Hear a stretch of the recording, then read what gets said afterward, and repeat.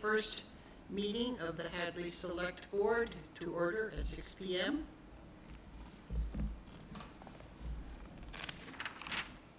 In accordance with Mass General Law, Chapter 22 of the Acts of 2022, signed by the Governor on February 15th, 2022, I announce that this meeting of the Select Board is being recorded by Hadley Media, the Select Board's office via Zoom, and ask if there's anyone present who is also recording this meeting.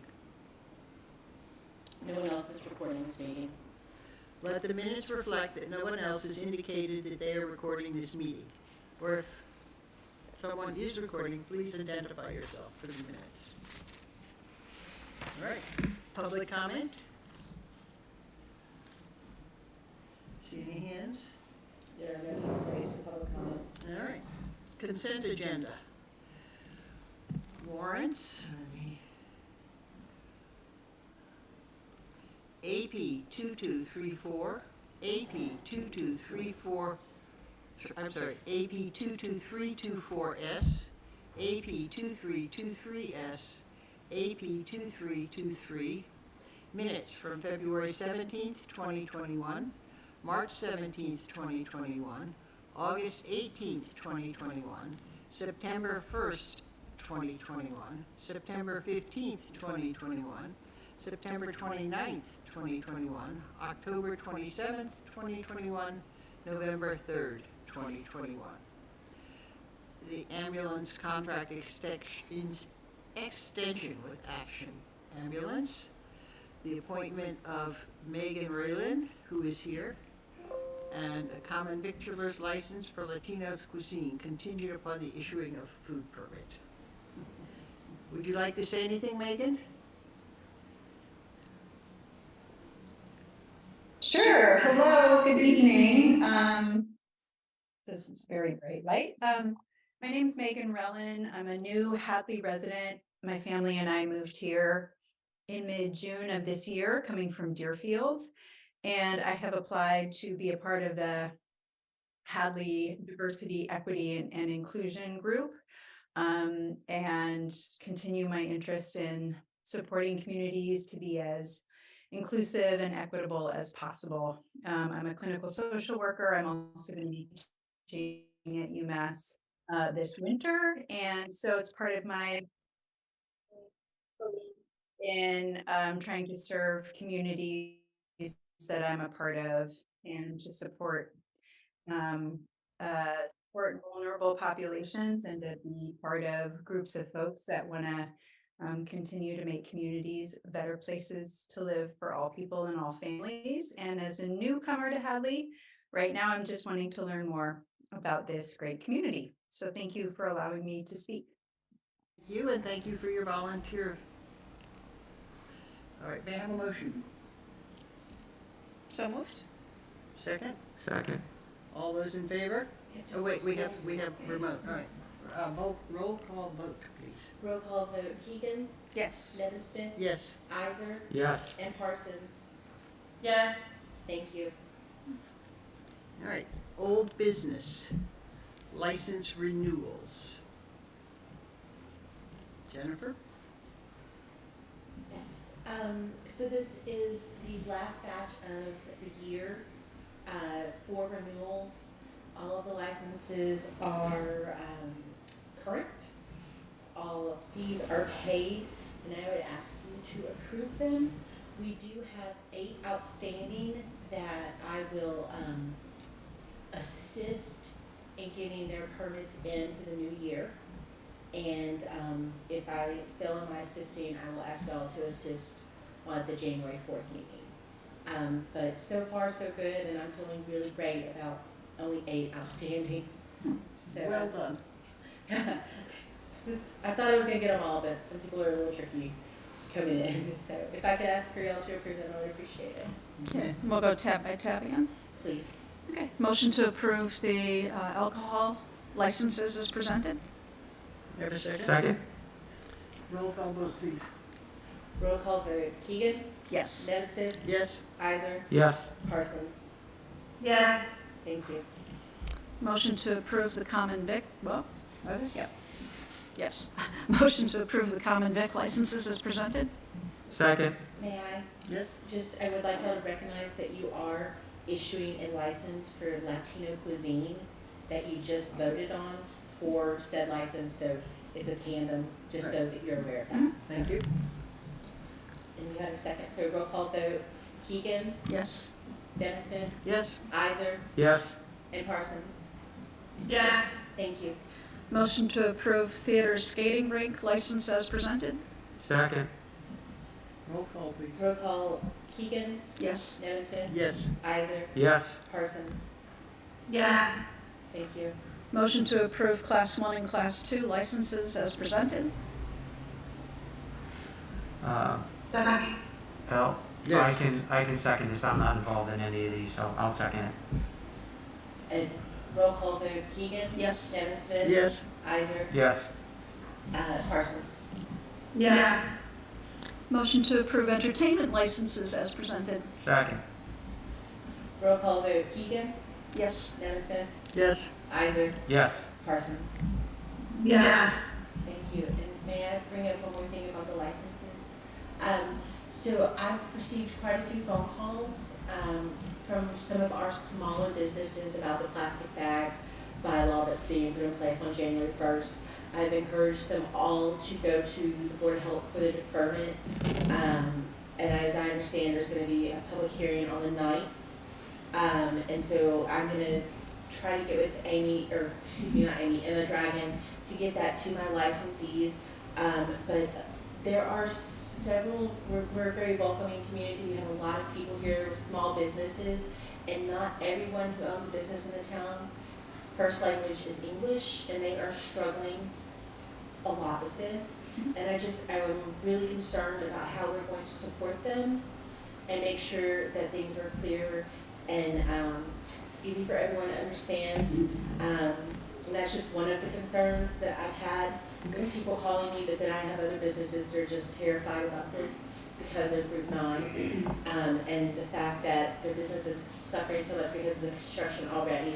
And I do want to make y'all aware of that the phone has rang pretty consistently.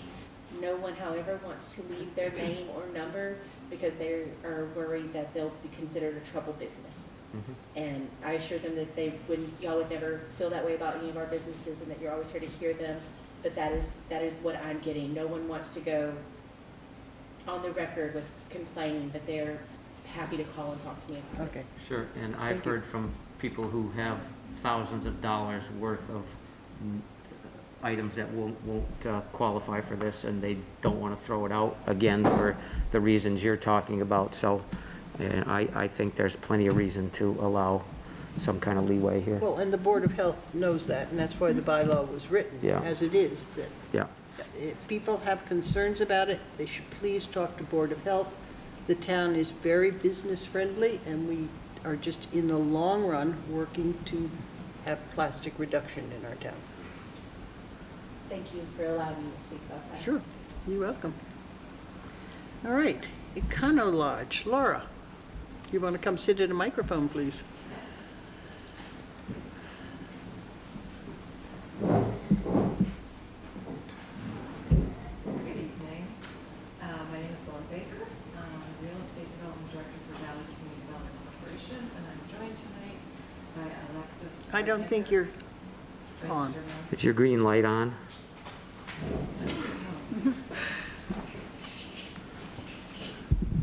Guess I should talk. Oh, I do have one. Woo-hoo. Only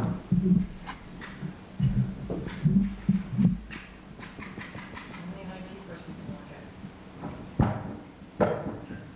How's that? No? Sounds the same.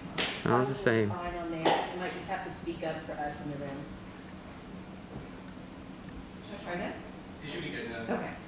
So, good evening. I'm Laura Baker. I'm the Real Estate Development Director for Valley Community Development. And I'm joined tonight by Alexis Breitnecker, who is our Executive Director. And primarily we wanted to come in tonight just to give you an update, make sure you know what's happening with the plan to convert the Econo Lodge to housing.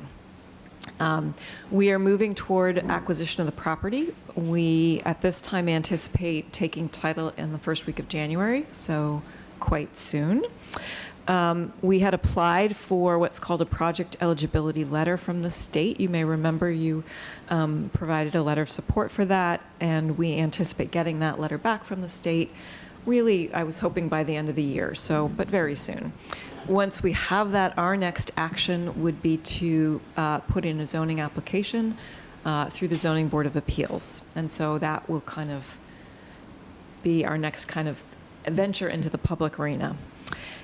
We've had a couple of inquiries from people knowing that we're going to acquire the hotel and that we will have a holding period until we're ready to renovate it and turn it into housing about short-term leases. And I just wanted to see if there were any concerns or questions about that if we decided to go down that road. One of the inquiries is from someone who would like to do overflow homeless shelter for 3 months. I especially wanted to make sure to talk with you first because I know we've talked a lot about the difference between homeless shelter and permanent supportive housing. So I didn't want to muddy the waters and create confusion about what our plan was if we did end up in a short-term lease situation. So it's really just to kind of see what people think about that, if there's any concerns about that. I know we have the police chief here tonight and the highway super I see. I don't see the fire chief. But, you know, this is a use that had been accommodated at the Econo Lodge in the past without incident. I've heard some other things about rentals that have taken place since then. So again, I just wanted to be really clear and transparent and make sure there was no confusion if we ended up with a short-term lease situation. Happy to take any questions that you have about the long-term plan for permanent supportive housing or any of the other things I've talked about. Randy. Have you been to the planning board and talked to them about the short-term lease situation? Nope, you are the first ones that we've broached it with. And again, Okay. we're not committed to do it, but I can see that, you know, we don't really want to have a vacant hotel. And that there's a lot of need. So we put those two things together and we can kind of see the writing on the wall that we'll have, you know, we'll have inquiries about it. Sure. But no, we haven't. So my haven't been to the concern would planning be it sounds like it's something that's been used in the hotel situation before, so it's basically a hotel use, which is allowed. Yep. My only concern is that it's something that is not allowed and the fine lines, and I don't know what they are. That's Right. why I would like to see you talk to the planning board. When other hotels have been used for homeless shelters in this town, what process did they use to do that? I wouldn't have that information. I can get it for you, but I think they just did it, sort of. So Laura's being kind enough to come to us in advance, which we appreciate, always knowing what's going on. But I do think that Randy's idea of talking to the planning board would be useful. When you say short-term lease, Laura, what's the time frame that you're looking at? So the most critical months are the cold months. Yes. So there is interest in, from January to March, having an overflow capacity so that if other shelters, sadly this year the shelters are full. And so people are not having a place to sleep overnight, they're outside. And so a place to direct people, if a shelter reached capacity, they could send folks so they wouldn't be outside. We would make sure as landlords that it was a fully staffed 24/7 situation for a use like that. And it probably wouldn't be the whole hotel, it would be a portion of it, which is how it was used in the past. It was just the first floor.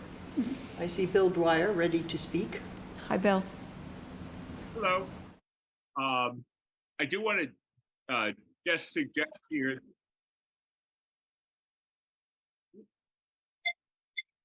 I should be audible.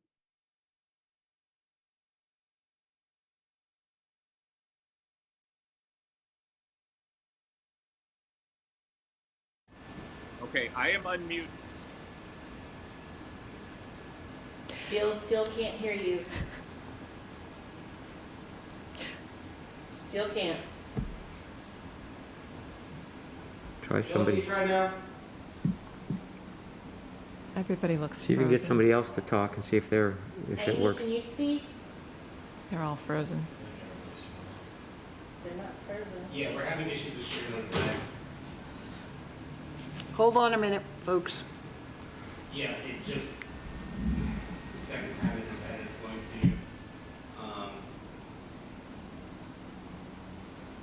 speak to that.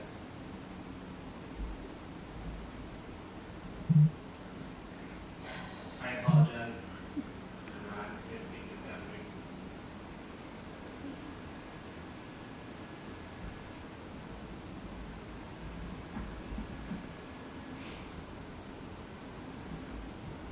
Go for it. Okay. All right, Bill. I have no issues with this individually or as a planning board member, except to say it hasn't come to us. You guys, oh, can you hear him? Okay. What we did discover in the past, and perhaps the building inspector wants to weigh in on it, is when uses are changed, sometimes they change building code requirements and fire code requirements. So it would be important, as important to get the buy-in from the building department and the fire department as it would be from the select board. The planning board, obviously, I can't speak on behalf of the planning board. What changes it, the difference between a short-term lease situation and long-term residential use is one is short-term and one is residential. We know it's not zoned for residential use. We would absolutely, if this came to pass, check in with Tom Quinlan, the building inspector, the fire chief, and likely the police chief as well. But again, we didn't want to start talking to anyone without just making sure we weren't heading, you know, we don't want anybody to think we're doing kind of a bait and switch. We said it wouldn't be a homeless shelter, now suddenly it is. So we just want to be mindful of that and make sure we're clear what's happening and see if you had any questions or concerns. I see Dee Dee on. Are you going to speak, Dee Dee? But as Bill said, you know, there are concerns as far as fire also too, because it is a little different. And they do sometimes get more calls, things like that, the same with the police. So I think kind of that is a little more of our concerns than anything else. It's more of a safety issue. Okay, well, I don't want to take up more of your time then. Anyone else have any questions for Laura? Great, Thank you for the update. thank you very much. Happy holidays, Happy New Year. Thank you, you too. All right. We have an abatement request for Algonquin Drive. Scott, would you like to speak to this? Yes, I would like to recommend that the board grant this abatement.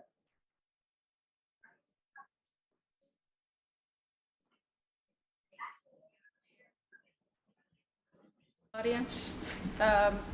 Scott, I'm just looking at, well, it's actually the letter that Jennifer put in here, and she's indicating that it's a very unusual situation, and it has to do with the swapping out of the meter, correct? And that's why you're recommending that we go ahead and approve this? Yes, currently at this time, we cannot prove the accuracy of the meter. We don't have it. It was, we have part of the meter, not the whole thing. Part of it was just misplaced and I think removed from the building. So we cannot test the meter, and that is our problem. We cannot prove the accuracy.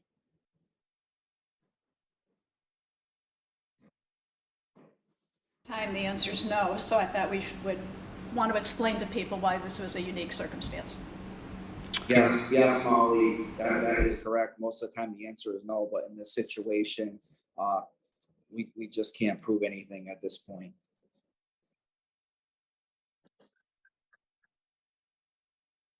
Got pulled? that we postponed because of the holiday and that he, well, actually, I don't want to say, and for other reasons that he did not want to attend this evening. He asked to be postponed until January 18th. Okay, so I talked with that person, and it's relative to all abatement requests, and this is a question for Scott.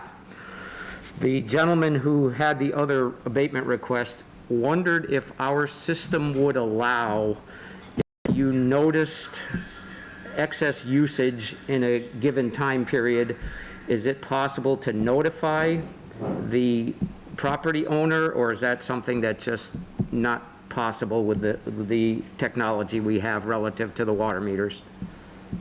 Randy, with our current technology we have, we only would know that information at the time of read. And at the time of read, it gets flagged as a high usage, and the collector's office actually reaches out to the residents to tell them that they have a high read. But in between the reads, there is no way for us to know that. Yep.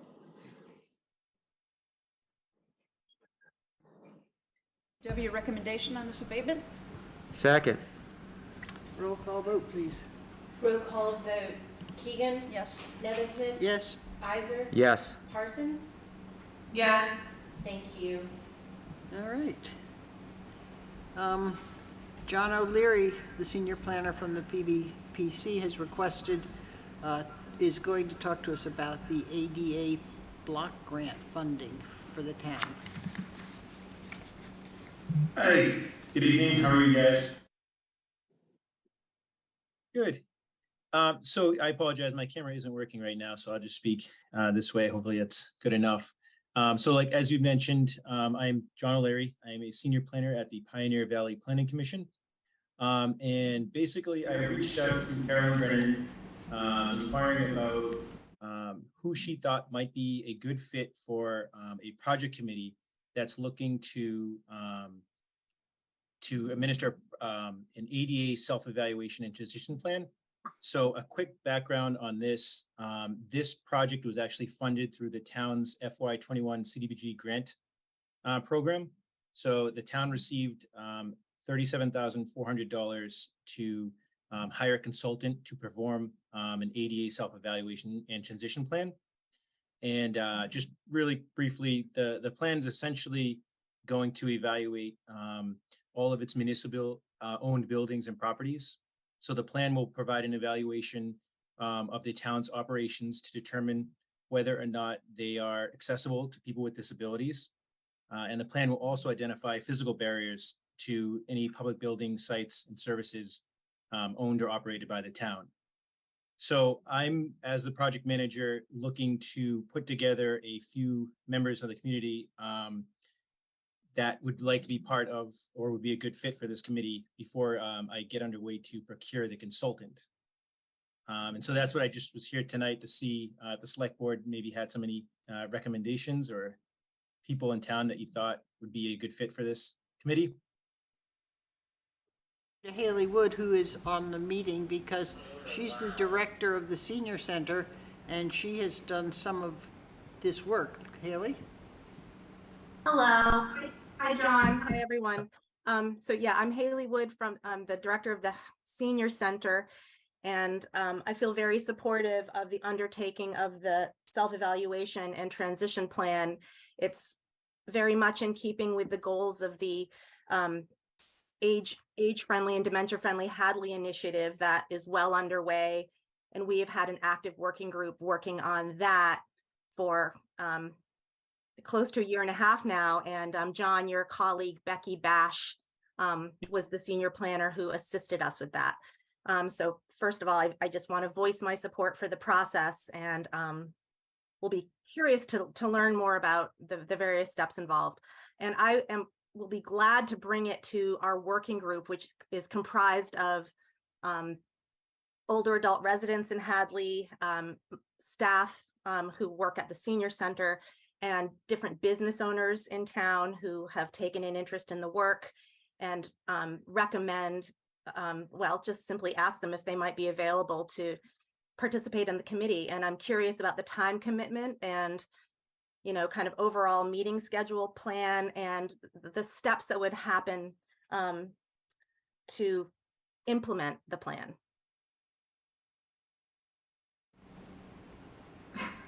Yeah, I think he dropped out. Oh, no. Okay. Surely not intentionally. Going back in if you want to give him a moment.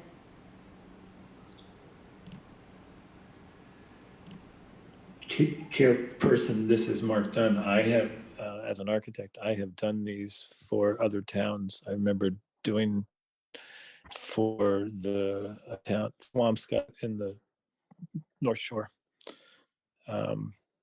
If I can get my partner's approval, I would put my hat in the ring. Mark. Why don't we go on with the next item in case John comes back? Okay, I'll keep an eye out for him. All right. Mike, you want to come take the microphone, please? Acting Sergeant appointment.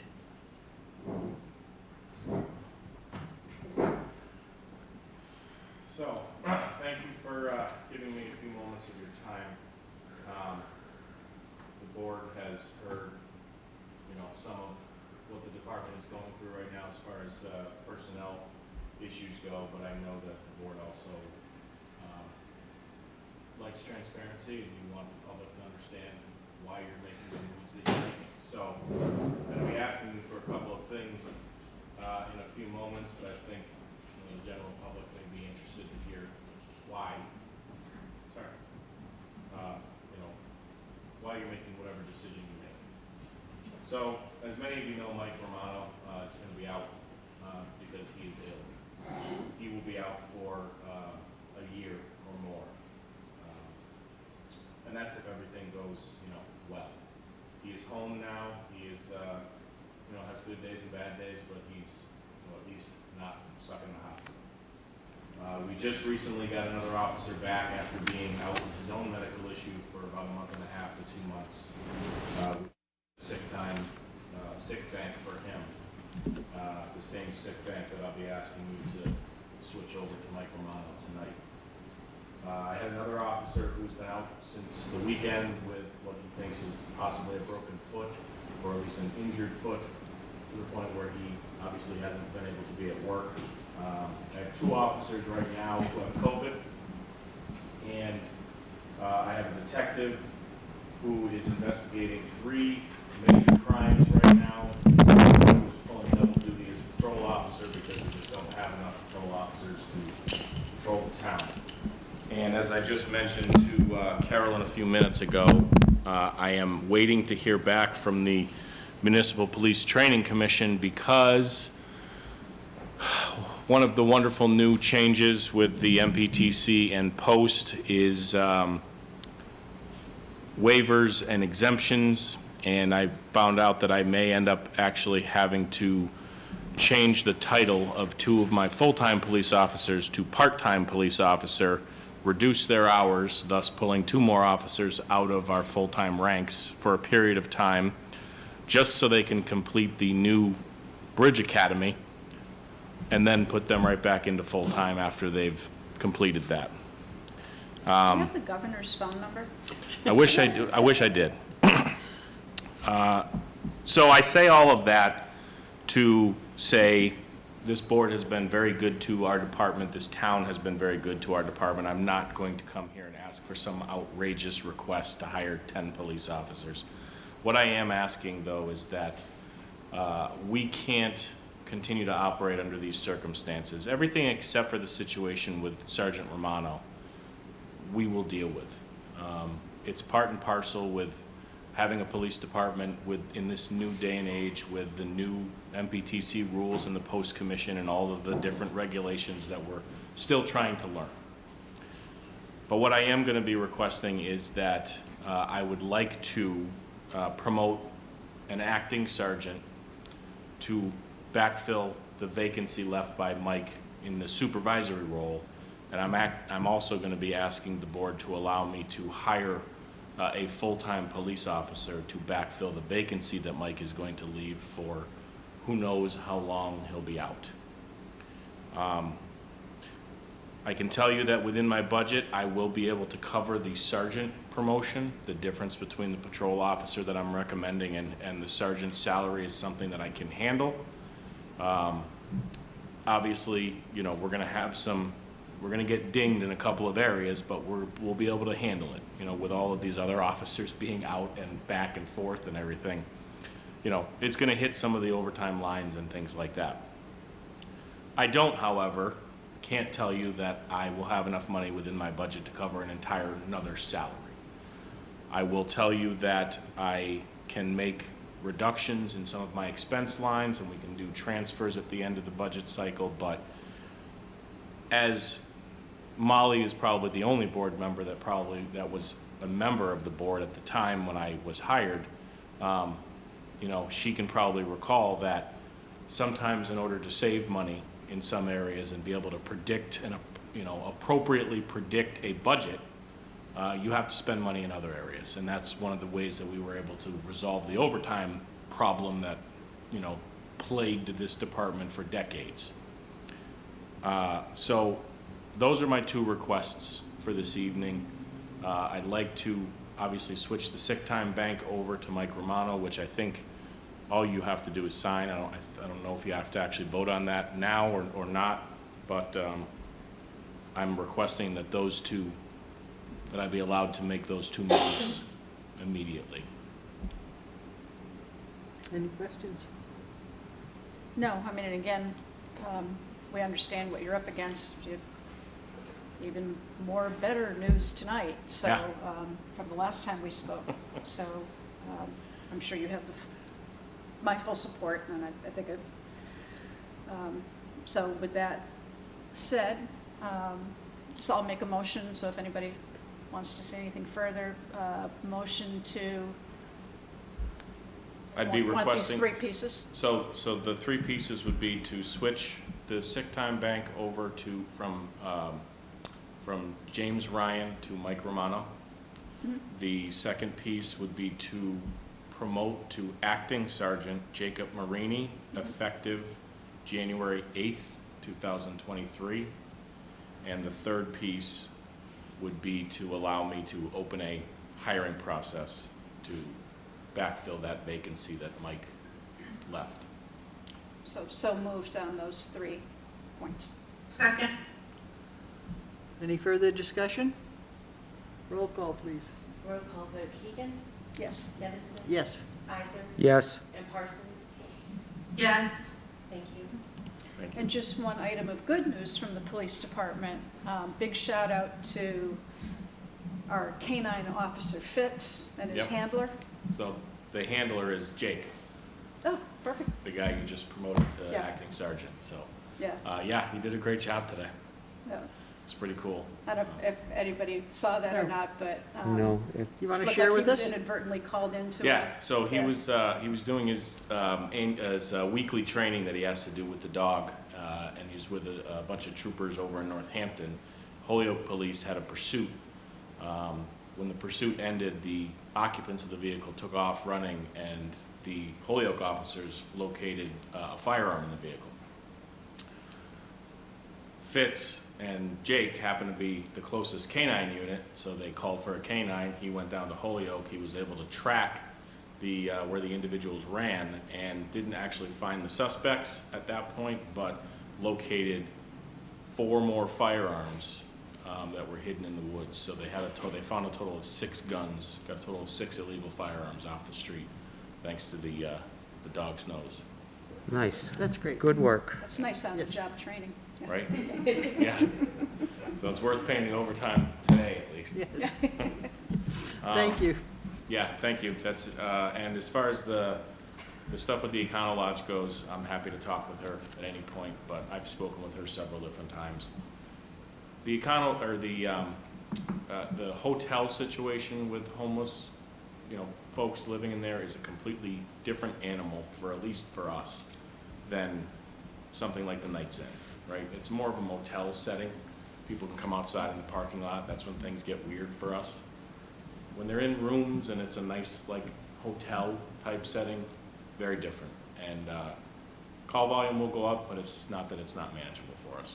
I can't speak for the fire chief, don't know what he's gonna say, but we will deal with it. Thank you. Thank you, Mike. Okay? Thank you. Welcome back, John. We just put everything on hold when you disappeared. I apologize about that. I don't know what happened. I just got kicked out. Is it possible? to Okay, put are you this there? on- I'm sorry? Yeah, can you hear me? Is it possible to put this on the viewing? So He's, that, he's in charge of this, I'm not. oh, I used to be there. John? trying to keep an eye on John. John's Yes. back on. Can you guys hear I me? can't hear him. Can you say something, John? Yes, can anyone else hear me? Not hearing you. So they Yeah, can hear him I at hear you. home, it's just. Yep, we can hear him at home.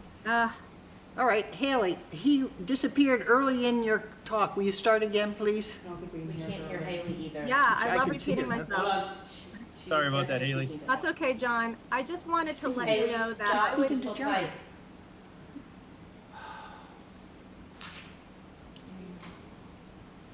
should I continue? No, Okay. How much feedback do you get if I just unmute my computer? don't do it. I have a different suggestion.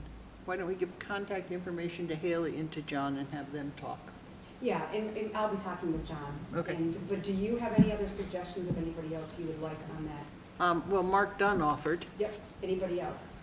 not immediately. Right. No, Mike. the only thing I can think is if there's anybody, maybe a resident of Golden Corridor, somebody who, Mhm.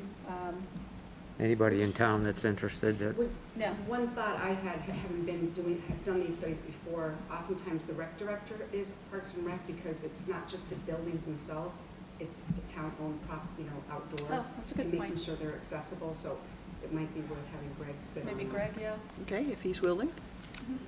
All right, John and Haley, we're going to give your information to each other and you can contact outside of this meeting. And thank you both for Okay, being great. here. If I turn speakers on here, Thank you. you guys okay with no video? Say that again? sure. Okay.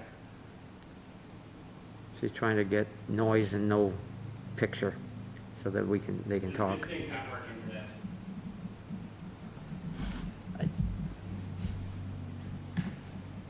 Oh, that's not working. That's Okay. actually okay. We're at the end of the meeting because number 5.5, the Hadley Business Council formation has been postponed. So we have an administrator's report Mhm. and that's it. Very short meeting. Okay. So Amy, I put a town administrator's update on board docs, but I also gave everyone here a hard copy because we're literally just looking at this today. But it's kind of going to be a rolling document that I'll keep updated. But I know that sometimes you guys are asked what projects are happening, what's the progress, what are the challenges. So I've highlighted in here a combination of projects that have been going on for a while, such as the fiber update. I've gotten some really good just up to date on where certain departments are, such as DPW. Chief Spank Dable has been overseeing the fiber update, as well as water and sewer. This is not exhaustive, but it was, close to 4 pages, so I thought I'd, continue to keep it updated. I did want to just highlight a couple things. I did attend an electric vehicle webinar, which was very interesting. It does look like there's going to be funding coming down the road to help pay for charging stations and design, where they should be placed, but that's down the road, and those funding options haven't been announced yet, but there was some good discussion about that. And that's out in the community, not just for municipal use? It's going to be both. One of the things they focused on actually was on the highway, on how, because you have to have them pretty close together. So there's a real focus there. There's a focus on municipalities, and then there's how to work with residents. So it's kind of had a few parts to it. So I'll keep you updated about that. The classification and compensation and succession plan, that RFQ, we only got one response, so I am going to reach out one-on-one with a couple consultants to see what the challenges were. Some of it was timing. We did hear from one, but they just couldn't do it within the date that we had posted, so we canceled that bid, and I am going to share the scope of work and reach out personally with some of these. And we're able to do that with this. A nice thing that's happened is just a group of Western Mass town administrators are getting together every other month for lunch and just sharing ideas, challenges within their community, and sharing their knowledge. So that has been really nice. The budget in the annual town meeting, just a reminder that it's May 4th. You guys will be opening the warrant at the next select board meeting. And we've already gotten most of the budget requests back. And we will be setting up a schedule to meet with Linda, and I will be meeting with all the department heads. You heard Haley talk about the age and dementia friendly Hadley assessment and action plan I gave you. She did leave a copy for all of you because she is going to be talking about that at the January 18th select board meeting, and she thought it would be helpful for you guys to have that ahead of time. There's also you've got the hard copy, but it's also in board docs. The ambulance, an update with the ambulance, and again, I'm not trying to go over everything, but things that I think the community would like to know. The ambulance is planning to be up and running by May, but we did, the EMS coordinator is preparing a training plan. There's state inspections, there's certain certifications that need to get done, as well as just right now, just getting it painted and with a lettering on it. So we're looking forward to that. Let's see, there's just a list of other grants and projects that are going on. And I think that's all I'm going to go over right now, but I certainly that'll give you an opportunity to see it on paper, and if anyone has any questions. Most importantly, the Silver Jackets, Massachusetts Silver Jackets, what I've talked to you about, who was focused on education for flood risk, we are meeting on January 9th with several stakeholders, MEMA, FEMA, a lot of those entities. And so I've explained what the scope of work for that. I can go into more detail if you need more information on that, but it's actually, I'm very excited about it. It's gonna focus on education and communication, which we really, really need. So that is just a reminder, the levy assessment that we've been doing with Rich Niles from Weston and Sampson, this is part of it, and it's just one more baby step to certification several years down the road with the dike and the levy. So. Thank you. Any questions for Carolyn? No, we could just reach out directly if we. What'd you say? I said we could just reach out to you. Absolutely, directly. absolutely. I will be just, I'm not sure I mentioned it to the whole group, but I will be out of the office from tomorrow till next Wednesday. Grandchildren are home. But I can be reached, so not a problem. Yeah, no, I can wait. Yeah, no. Are there any select board items for future discussion? I have an interesting issue that has come up with someone trying to sell a house on Birch Meadow Road. And the road it's probably 20 or 25 years old, and it's never been accepted by the town. And so this person selling their house, the buyer's attorney finds out that it's not been accepted. So there's some pushback, which I completely understand. The reason I'm saying this is we need to figure out with us and probably the planning board how to deal with these types of situations. I mean, this one is very extraordinary in that developer walked away from it. But we have other streets in town where the developers are still around and houses are being built and the roads aren't accepted. And technically, the town's not supposed to do anything with plowing and maintenance until they're accepted, but that's not what's happened, and I get it. I don't have a real issue with that. People pay taxes. They ought to be entitled to services. But this particular situation just brought up a real red flag on stuff like that, and it's not fair to the people that live on the street. If something major comes up, the town's not gonna take care of it, and I'm sure everybody assumes that it's a town road and they don't have to worry about it. So we should figure out how to rectify that. Yeah, that's probably a legal issue about it. We can't just take it if the developer walked away and is technically the owner and not. I don't Well, know. maybe the future. Scott, are you still there? So what I would Future say, agenda since this is not on the agenda, I'll Right. get the right players. Yeah. And All right, would you so- like that in the very near future, like January 4th Yes, I or would. 18th? Yes, please. And Carolyn, just so you know, there's some history on this that maybe I can relate to you. That'd be great. And we would definitely want at least one member of the planning board present at that Definitely. discussion. Yes. Okay, The 4th or the 18th?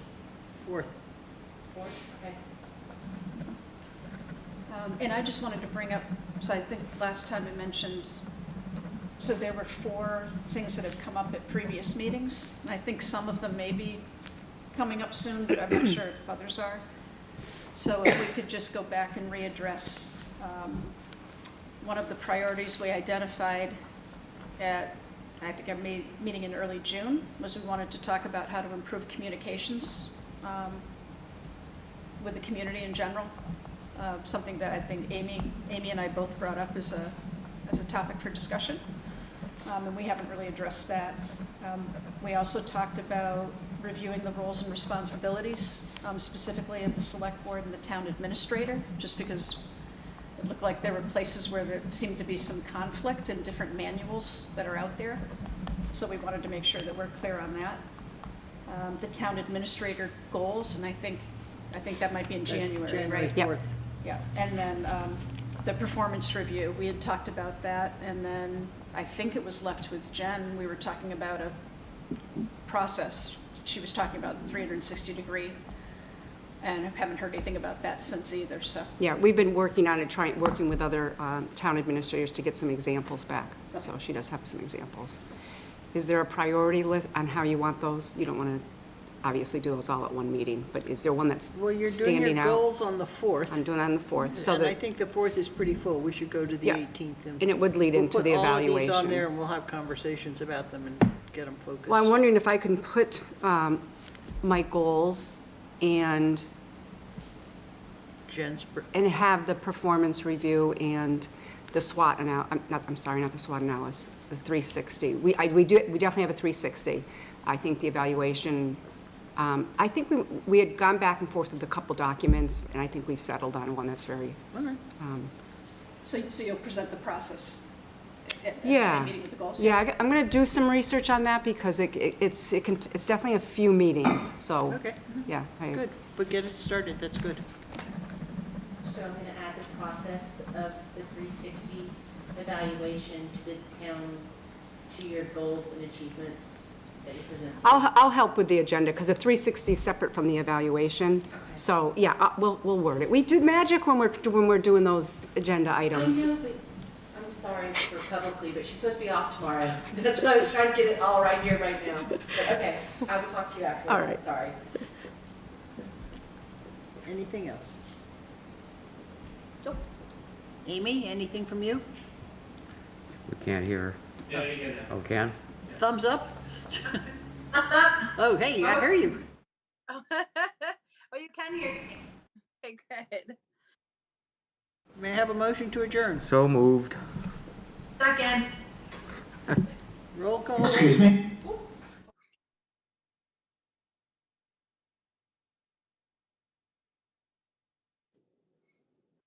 I'm sorry, I joined late. I just wondered if you addressed our appointee for the Committee for Diversity.